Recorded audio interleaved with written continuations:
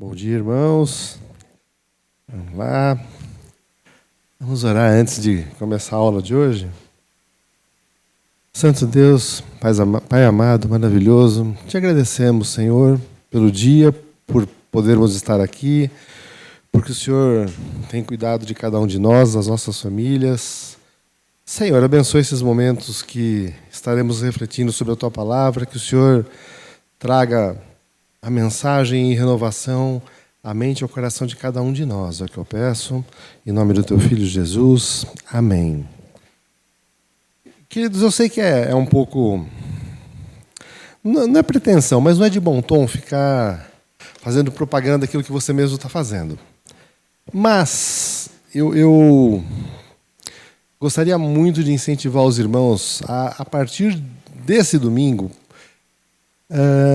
tentarem estar presentes nessas aulas, porque a gente vai estudar coisas que talvez a gente nunca tenha estudado de forma assim organizada. Lembrando que a gente está estudando o panorama do Antigo Testamento, a porção da Bíblia hebraica que é chamada os profetas. E hoje a gente começa aquilo que na nossa Bíblia a gente comumente chama dos profetas menores.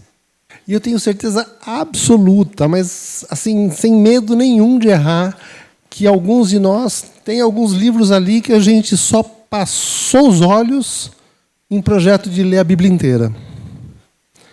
Quantos de nós paramos para estudar todos os livros dos profetas menores em algum momento? Provavelmente nunca. Ou dificilmente, ou então alguma vez lá. Gente, não é comum. Por isso, começando hoje, a partir do livro de Oséias, a gente vai ter 12 domingos estudando cada um dos livros dos profetas menores. Então, fica aí o convite, a dica, o incentivo. Primeiro, para que a gente leia cada um desses livros. Eles são tão pequenininhos, ler de um domingo para o outro não é nem tão complicado. Eu reli o livro para a aula de hoje, eu li no começo da semana, reli de novo. Só essa semana foram 2 vezes. Por quê? Porque permite. A gente não vai conseguir fazer isso num livro maior, mas nos livros dos profetas menores a gente consegue, irmãos. Então, vamos tentar aí pegar cada um desses livrinhos, que às vezes a gente não sabe nem a ordem exata que eles estão. Acho que é bobear. Tem dia que eu não consigo nem lembrar o nome dos 12. Normal. Acho que todos nós, às vezes, ficamos com essas questões aí sobre esses livrinhos pelo tamanho, tá? Mas, enfim, vamos aí para o livro de hoje, que, inclusive, é o maior desses livros pequenos, que é o livro do profeta Oséias. Lembrando, né, como eu já disse, a gente está estudando a porção da Bíblia hebraica chamada Os Profetas, e hoje a gente começa naquilo que são chamados os 12. Um livro só, eles sempre são apresentados na Bíblia hebraica como uma continuidade. Não exatamente uma continuidade, mas estão sempre juntos, e hoje nas nossas Bíblias é fácil. A gente pega ali a partir do livro de Oséias e vai seguindo por 12 livros, a gente conclui, inclusive, o Antigo Testamento com eles. Eu usei para a aula de hoje, basicamente, o material do John Walton e do Andrew Hill sobre o livro de Oséias. É lógico que a gente acaba utilizando outros materiais para estudar, mas o que eu achei, o que eu mais acabei utilizando, mais me socorrendo, foi esse livro do John Walton e do Andrew Hill. Eles destacam que esses 12 livros estão numa ordem quase cronológica, tá? Não exatamente cronológica, como vocês vão perceber, e eles dividem o período desses 12 profetas menores em 3 grupos de 4 livros, referentes a 3 períodos, correspondendo aí mais ou menos às nações dominantes nesses períodos. O primeiro período neo-assírio, não precisa nem dizer de quem que é o domínio nesse período, da Assíria, que vai aí de meados e final do século VIII. E relacionados a esse período são os livros de Amós, Oséias, Jonas e Miqueias. Em seguida, período neo-babilônico, também não precisa dizer, período de preponderância do Império Babilônico, final aí do século VII a.C. Lembrando, né, que a gente vai contando de trás para frente até o ano 0, portanto, o tempo vai passando e os números vão diminuindo. Relacionados a esse período, temos os livros de Naum, Abacuque, Sofonias e Obadias. Por fim, encerrando aí esse período, e inclusive encerrando a escrita do período do Antigo Testamento, período persa, de domínio persa, ou seja, aquele império que lá no meio do livro de Daniel chega e domina os babilônicos. São os livros de Joel, Ageu, Zacarias e Malaquias. Vocês vão ver que essa ordem de 12 não corresponde exatamente à ordem que a gente tem na nossa Bíblia, mas por isso que eles falam que corresponde quase à ordem cronológica. O livro de Oséias parece ter sido composto, a gente não tem a datação exata dele, ok? Aliás, praticamente nada no Antigo Testamento a gente tem uma datação muito exata, mas ele parece ter sido composto entre 739 a.C., quando o rei Menahem pagou um tributo a Tiglat-Pileser III da Síria. Isso, como eu disse, por volta aí de 739 a.C., e até a queda de Samaria, em 722 a.C. Ou seja, a gente tem um período aí de cerca de 17 anos de composição, ou no qual esse livro teve o seu material composto. Por que antes da queda de Samaria? Porque a queda de Samaria não é mencionada no livro. Então, possivelmente, principalmente se a gente considerar que Oséias era, digamos, sediado em Samaria, se ele não fala da queda de Samaria, provavelmente os oráculos que são contidos nesse livro são anteriores a esse período. Oséias ele tem a reputação de ser o profeta do leito de morte de Israel, porque ele traz as suas profecias, as suas mensagens, as suas instruções, as suas acusações nesse período aí que antecede imediatamente a queda de Israel perante o reinado assírio. A gente já vai falar um pouquinho sobre a autoria do livro, mas só para deixar claro que a gente está se referindo ao material, quando esses oráculos foram proferidos, e não exatamente a escrita propriamente do livro de Oséias. Tudo bem? Joia. Relacionada a essa questão da autoria, mas a gente já volta nela, ao longo do livro algumas menções a Judá. Oséias, como eu disse, sediado em Samaria, portanto um profeta do reino do norte, do reino de Israel, que às vezes no livro de Oséias é chamado também de Efraim. Também uma das tribos aí que estava no reino do norte. E essas menções ao livro de Judá podem ter a ver com a composição do livro e também deixa claro a existência de uma certa multiplicidade de destinatários do livro. A gente falou sobre isso naquela aula introdutória sobre os profetas. Às vezes nós temos, às vezes não, praticamente sempre, tá? A gente tem o destinatário da profecia, ou seja, aquela pessoa que no mundo real estava ali presente e ouviu a profecia do profeta, ou seja, o destinatário da mensagem de Deus concreta ali naquele momento, e o destinatário do registro. Muitas vezes a gente tem o destinatário da profecia, aquela profecia ocorre e o registro é feito a posteriori, visando aí destinatários secundários que vão ser os futuros leitores daquele registro. Tudo bem com isso? Joia. Então, essa menção a Judá tem um pouco a ver com o próprio ministério de Oséias, mas também tem muito dessa questão de destinatários secundários da mensagem. Lembrando, gente, vamos lá. Eu falei que Oséias é o profeta do leito de morte de Israel. Por quê? Porque Israel vai cair, está na iminência de cair sob o domínio assírio. Vocês lembram o que vai acontecer com Judá? Cerca de 100 anos depois, vai cair sob o domínio de outra potência estrangeira, o Império Babilônico. Portanto, a gente pode entender também que as advertências lançadas a Israel nesse período também são aproveitáveis e úteis para Judá no período posterior. Ok? Por isso aí, essas menções, se não for por outra razão, pelo menos essa a gente tem aí bastante plausibilidade acerca disso. Gente, tudo bem aí com essa introdução ao livro de Oséias? Tranquilo? Não é um livro que a gente não está muito acostumado, mas um livro aí bastante interessante no seu período. Vamos lá, contexto histórico da época. E aqui a gente, correndo o risco de me transformar num repetidor de mim mesmo, a gente vai ter no livro de Oséias um contexto um pouco semelhante a algumas coisas que a gente mencionou quando a gente tratou de Salomão. Vocês lembram que eu comentei que Salomão é considerado o período áureo do reino de Israel, o período áureo da monarquia unida.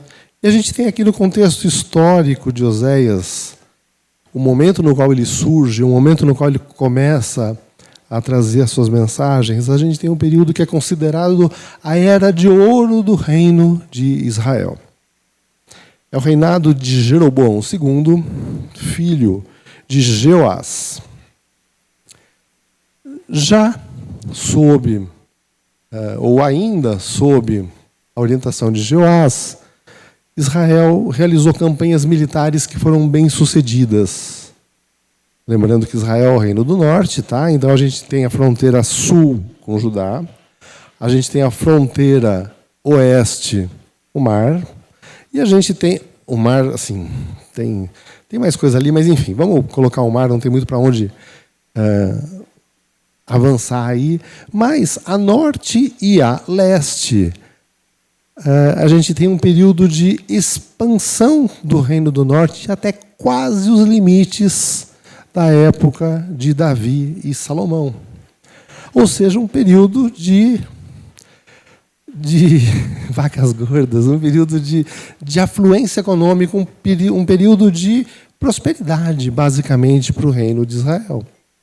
Lembrando que Israel está situado aí em rotas comerciais, e isso trouxe essa paz militar, essa tranquilidade, trouxe para aquele período de desenvolvimento econômico, refletido em esplendor arquitetônico, luxo, fartura. A população estava, digamos, num momento tranquilo. E o que acontece num momento tranquilo de paz e fartura? Bom, aí a gente já vai entrar na mensagem do livro, mas a gente vai perceber que isso trouxe segurança e orgulho ao povo de Israel. No momento em que está tudo bem, para que ficar pensando em Deus? Mas, enfim, a gente já chega lá.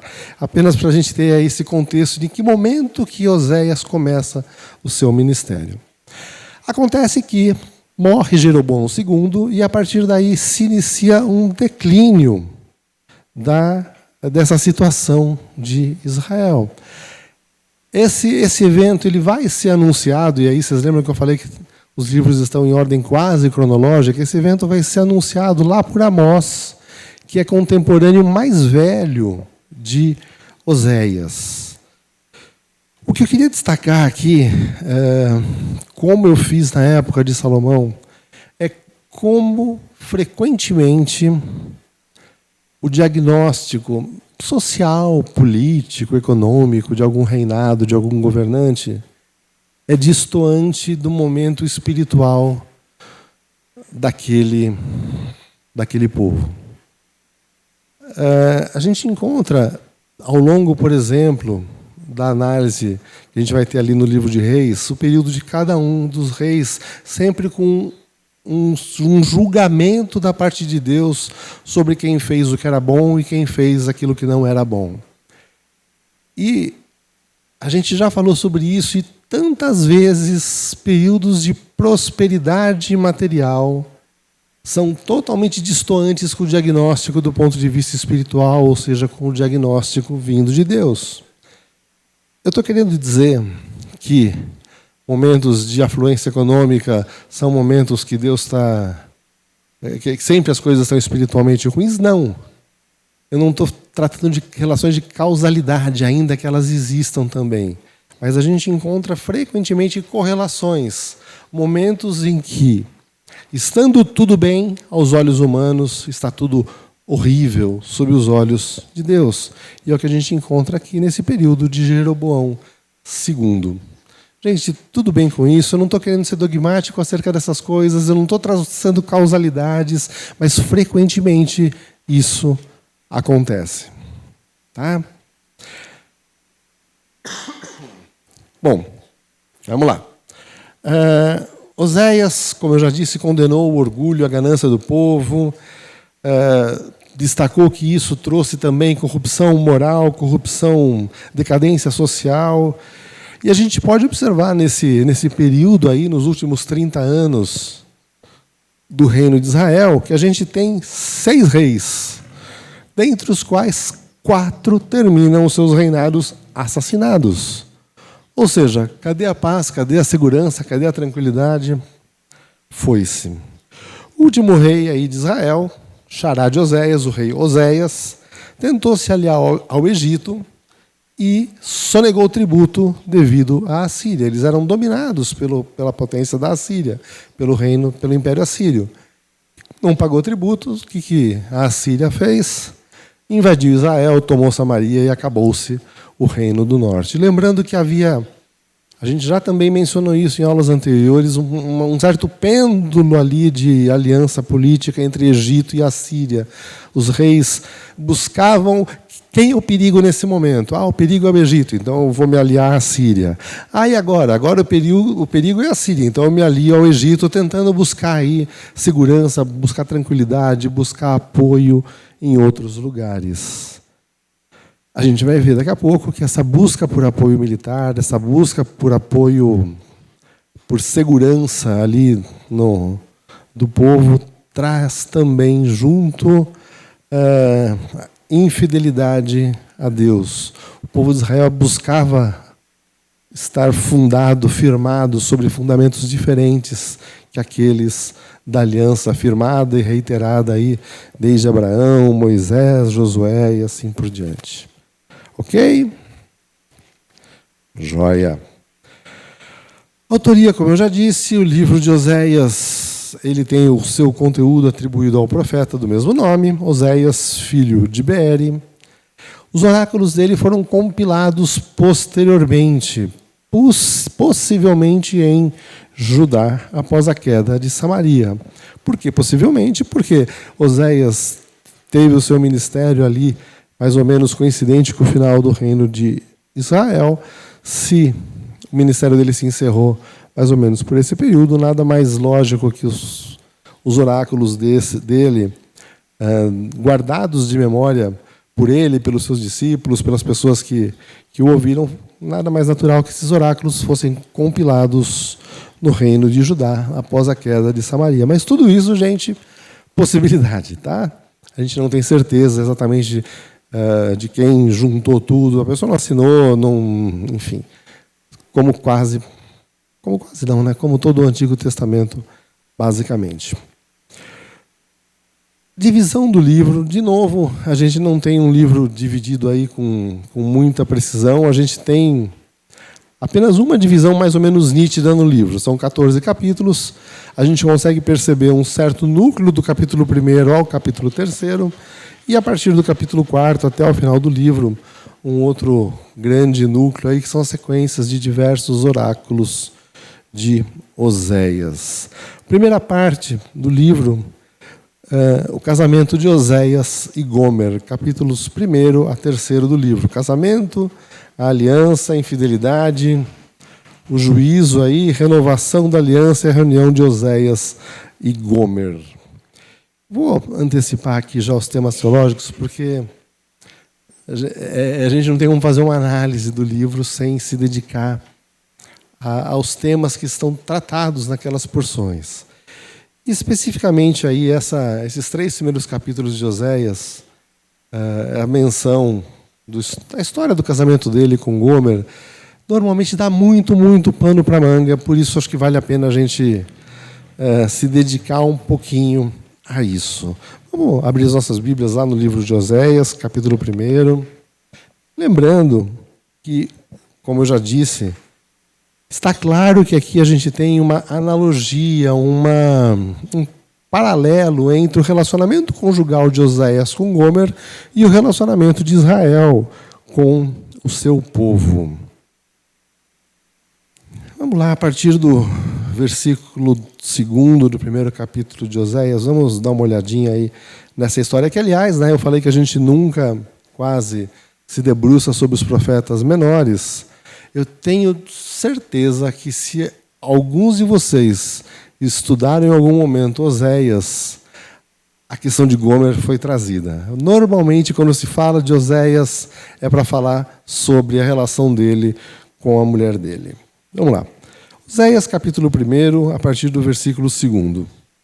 Quando o Senhor começou a falar por meio de Oséias, disse-lhe: Vá, tome para você uma prostituta como esposa e tenha filhos resultantes da prostituição, porque esta terra se prostituiu constantemente, afastando-se do Senhor. Por isso, ele se casou com Gomer, filha de Diblaim, que ficou grávida e lhe deu um filho. Então o Senhor disse a Oséias: Dê-lhe o nome de Jezreel, porque logo castigarei a dinastia de Jeú por causa do massacre ocorrido em Jezreel, e darei fim ao reino de Israel. Naquele dia quebrarei o arco de Israel no vale de Jezreel. Gomer engravidou novamente e deu à luz uma filha. Então o Senhor disse a Oséias: Dê-lhe o nome de Lo-Ruama, pois não mais mostrarei compaixão para com o povo de Israel, não a ponto de perdoá-la. Contudo, tratarei com compaixão a nação de Judá. Eu a salvarei não pelo arco, nem pela espada, nem por combate, nem por cavalos, nem por cavaleiros, mas pelo Senhor, o seu Deus.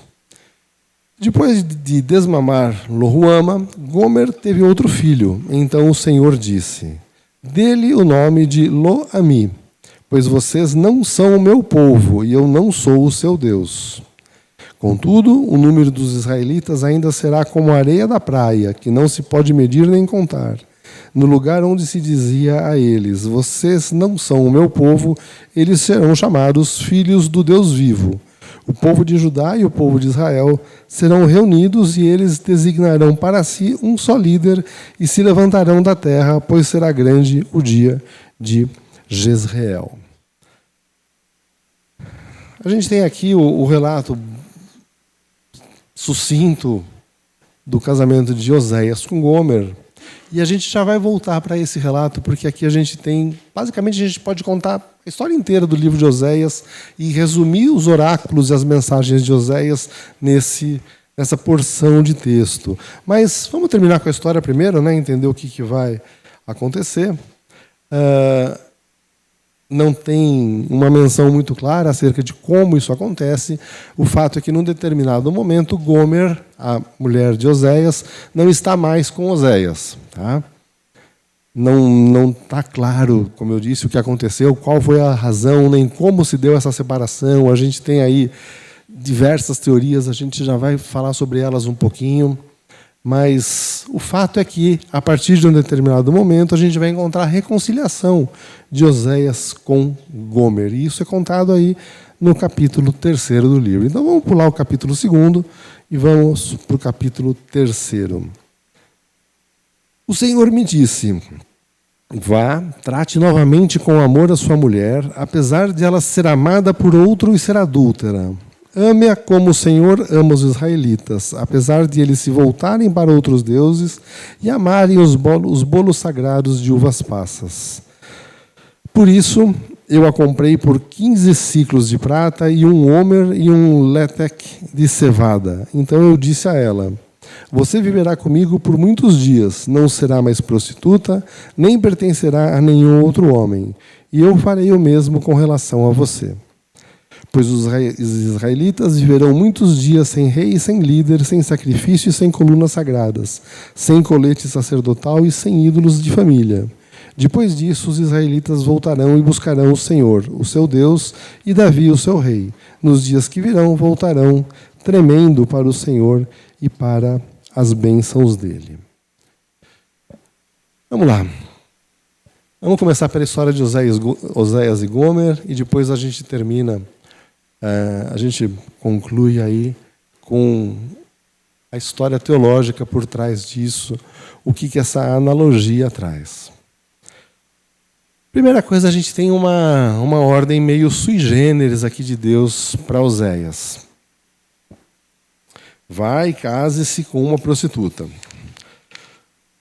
Primeira coisa, causa uma estranheza tremenda sobre isso. A gente pensa, mas como assim? O que Deus está mandando para Oséias? Isso aí faz sentido?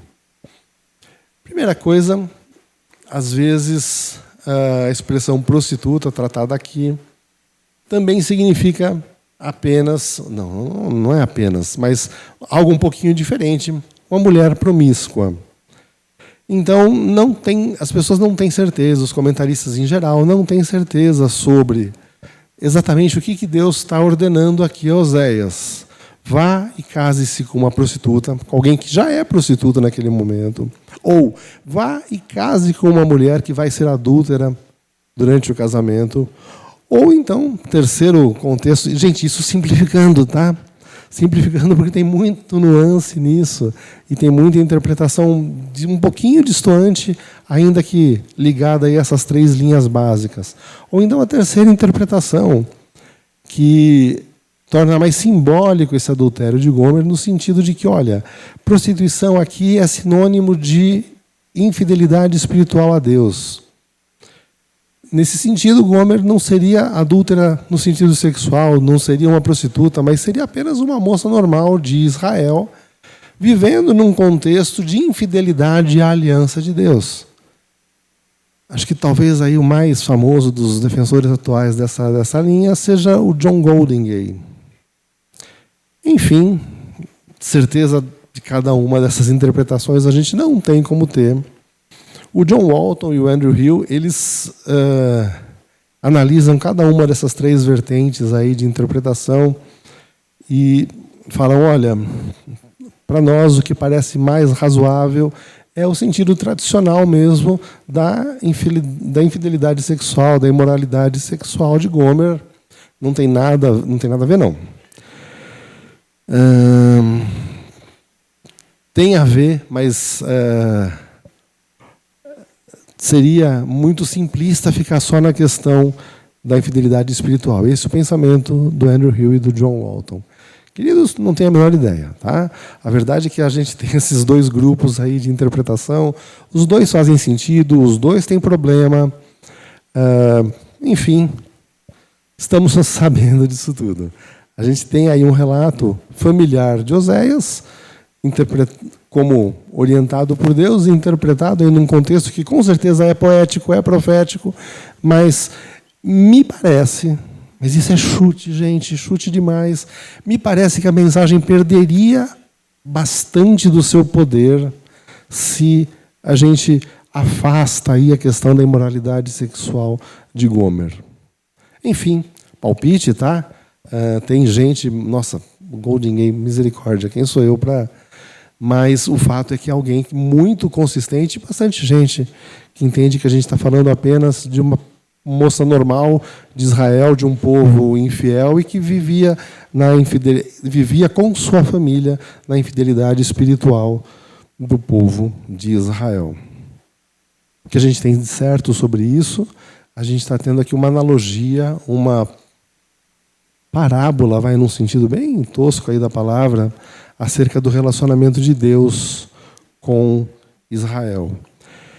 Um Deus que celebrou uma aliança, análoga aqui ao casamento, um Deus que vê com grande e profunda tristeza a sua esposa se afastando dele, um Deus que vai atrás dessa esposa, um Deus que vai se reconciliar com ela e vai conviver com ela, no final, tendo aí restaurado o seu relacionamento. Tudo bem? Então, essa infidelidade de Gomer é sexual ou espiritual? Não sei. Era anterior ao casamento ou não anterior ao casamento? A gente também não tem como ter certeza. Tem gente muito boa, muito consistente, muito forte, muito melhor que eu, defendendo todos esses pensamentos.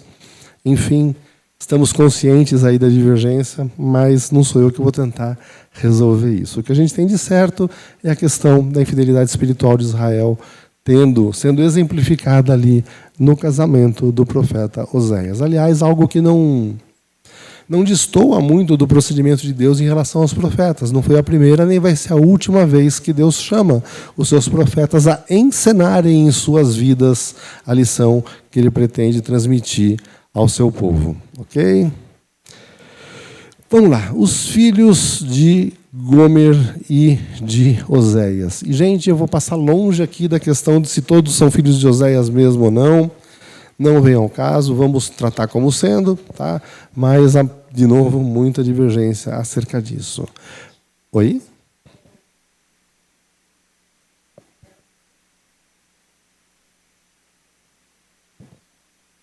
Não, tá na mesma questão. Tá na mesma questão. Tem um livrinho recente, bem recente, inclusive, que é do Golden Gay. São cartas aos 12 profetas, acho que chama isso o livro. Não lembro exatamente o nome, mas ele inventa cartas e mensagens trocadas com cada um dos profetas. Então ele pega alguém do contexto da época, como se estivesse mandando cartas para cada um dos 12 profetas menores, e esses 12 profetas respondem. As respostas são trechos dos livros. E no caso de Oséias, por exemplo, ele supõe, por exemplo, a mãe de Gomer reclamando: como assim, abandonou minha filha? Sim, quando a gente fala de adultério aqui, a gente está nessa questão. Se ela realmente adulterou, se ela saiu, tem um trechinho aqui, a gente já vai voltar para ele, porque quando a gente tratar da questão mais teológica dessa mensagem, mas num determinado momento, Oséias recebe Gomer de volta e o contexto é esse mesmo. Se é o adultério... Ai, Patrícia, tem gente que fala que são dois casamentos diferentes, duas mulheres diferentes, mas, como eu disse, vamos deixar isso de lado. Aqui é tratado como sendo a mesma mulher, de certa forma. Assim, é aquilo que a gente tem... faz mais sentido do que serem duas mulheres diferentes, ou duas visões paralelas dos mesmos fatos, que outras pessoas também trazem essa possibilidade. Eu estou descartando essas possibilidades mais extremas e ficando apenas com essa questão de se o adultério era sexual ou espiritual, e as duas são possibilidades. O Gondinguei, por exemplo, ele trata, não, a gente está falando de um adultério espiritual só, de uma infidelidade espiritual.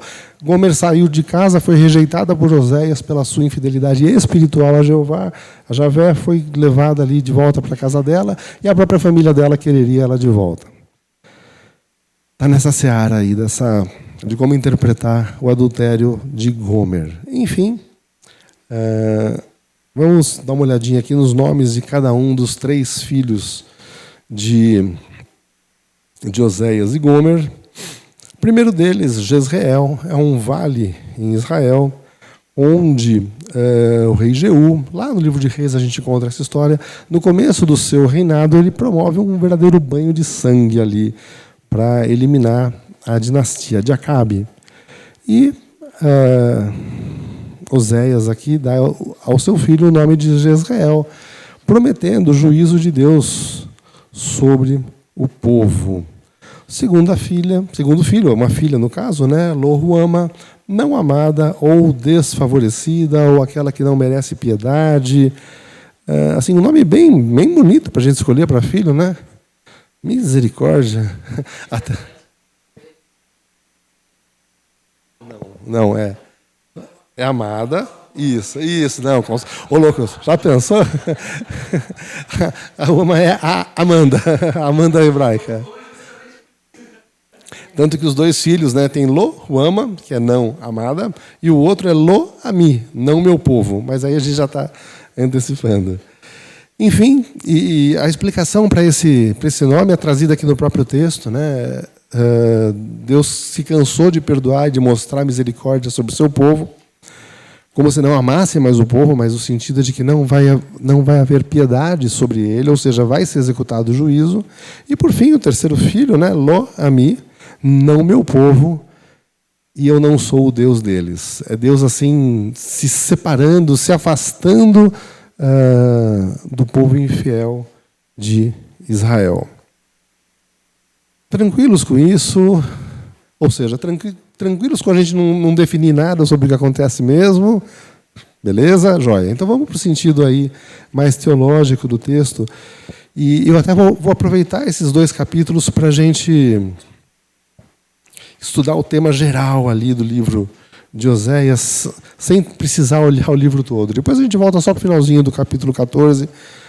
Finalzinho não, para o capítulo 14 inteiro, que é curtinho. Mas vamos lá. Olha só. Vocês lembram que a gente estava falando da certeza, da tranquilidade do povo na época de Jeroboão II, em seguida, eles buscando segurança em outros povos. Olha só o que a gente tem aqui no capítulo 1. A partir do versículo 5. Naquele dia quebrarei o arco de Israel no vale de Jezreel.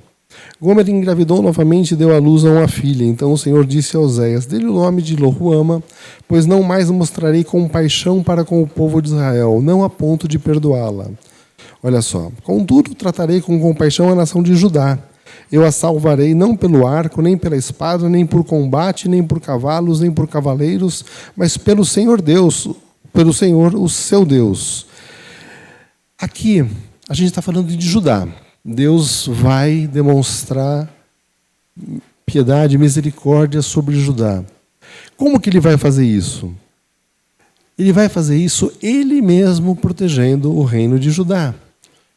Por que isso aqui é importante? Porque a gente tem um contexto, um contraste entre Israel e Judá. Israel, ao contrário de Judá, a gente sabe que isso não vai durar muito tempo em Judá também, mas Israel, como eu disse, buscava a sua segurança onde? No poder militar, desde Jeoás, depois em Jeroboão, e agora na busca de alianças. Israel buscava a sua segurança, vamos interpretar aqui, ao contrário do que está falando, porque está falando do que Judá teria feito, mas pelo arco, pela espada, pelo combate, por cavalos e por cavaleiros.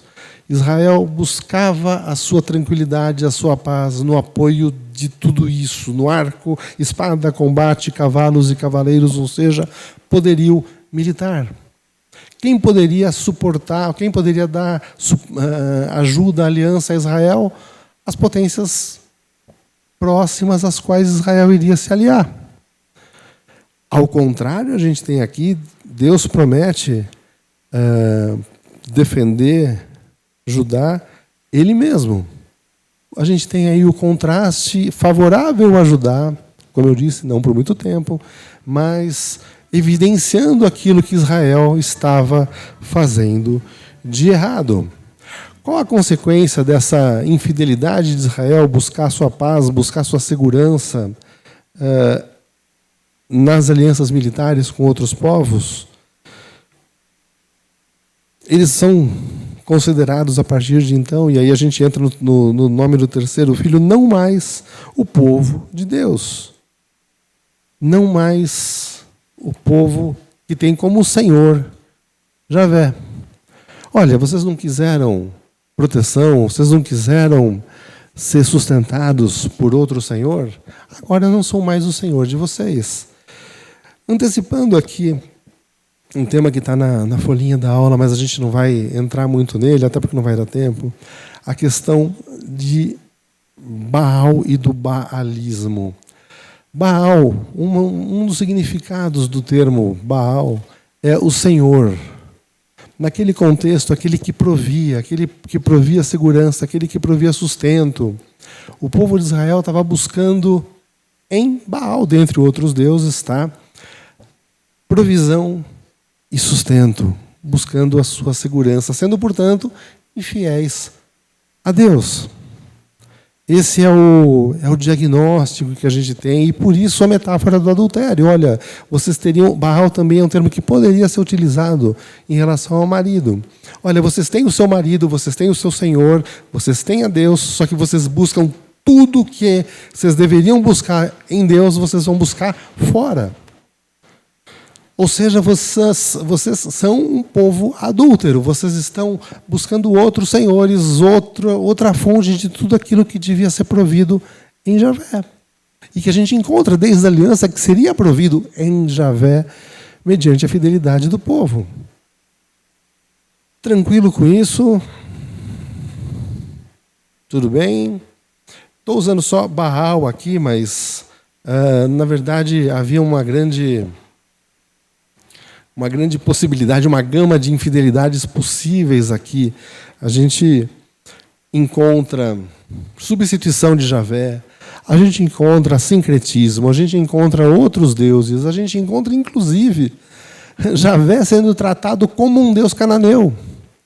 Aquele que precisa de sacrifícios para serem, para que ele seja agradado e que retorne com alguma coisa em relação ou em favor desse povo. A gente vai encontrar nesse processo de infidelidade de Israel coisas como, e isso está esparso aí no livro, prostituição ritual. Tá? A gente já volta a falar um pouquinho sobre isso, quando a gente for falar do resgate de Gomer. E a gente encontra sacrifício humano. Duas coisas que são absolutamente assim incompatíveis. Não tem como você colocar junto o culto a Javé com essas duas coisas. E elas eram normais ali no reino de Israel.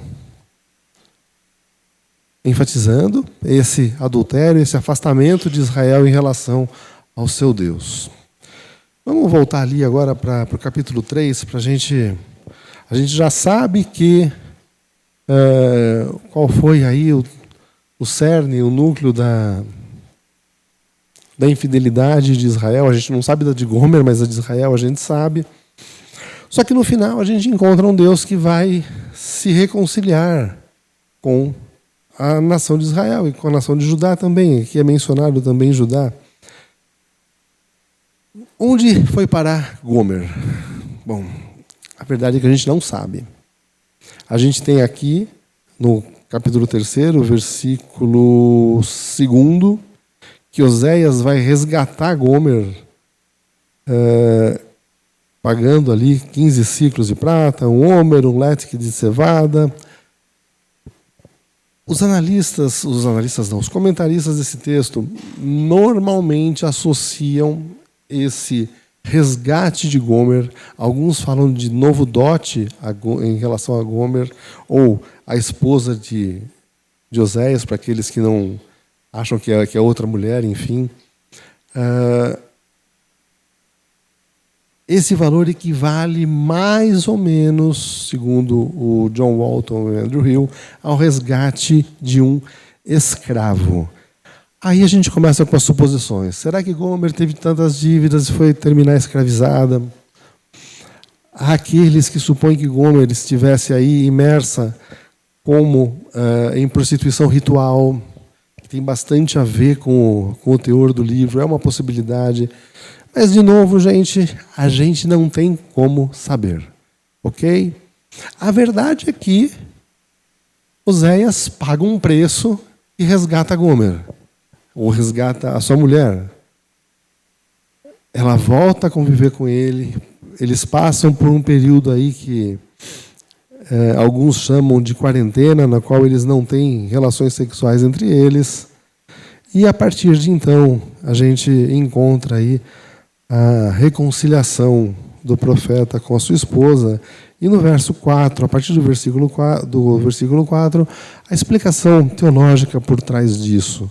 Os israelitas viverão muitos dias sem rei, sem líder, sem sacrifício, sem colunas sagradas, sem colete sacerdotal, sem ídolos de família. Ou seja, os israelitas vão viver em exílio. Eles não estão mais como um país livre, não estão mais no seu ambiente, não estão mais na sua vida normal. Mas, depois disso, versículo 5, voltarão e buscarão o Senhor, o seu Deus, e Davi, o seu rei. Nos dias que virão, voltarão tremendo para o Senhor e para as bênçãos dele. Ou seja, promessa aí de reconciliação após o período de distanciamento, o período que a gente tem aí como paralelo, como similar ao que vai ser o exílio dos povos de primeiro Israel e depois Judá. Ok com isso? Joia. Depois dei uma olhadinha, eu trouxe aqui no ponto 3 dos temas teológicos vários aspectos de oráculos que a gente encontra aí nos capítulos 4 ao 14. Eu falei que eu não ia me debruçar neles, mas isso aqui é bastante interessante. Vários aspectos que eram considerados importantes para Israel e a gente vê Deus profetizando através de Oséias contra ou em relação a esses temas. A fartura agrícola que Israel havia aproveitado, ela Deus avisa, olha, isso aí vai terminar, vocês vão passar fome, está lá em Oséias 8, a partir do versículo 7. A prosperidade que Israel tinha, condenada lá em Oséias 9, a partir do versículo 1.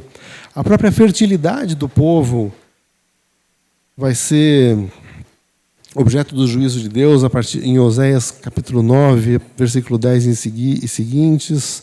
E, finalmente, aí a multiplicidade de templos, altares e ídolos, capítulo 10, versículos 1 a 6. E, por fim, agora sim, o poder militar, do qual Israel gostava tanto, se fiava tanto, também aí denunciado e como submetido ao juízo de Deus em Oséias capítulo 10, 9 a 15.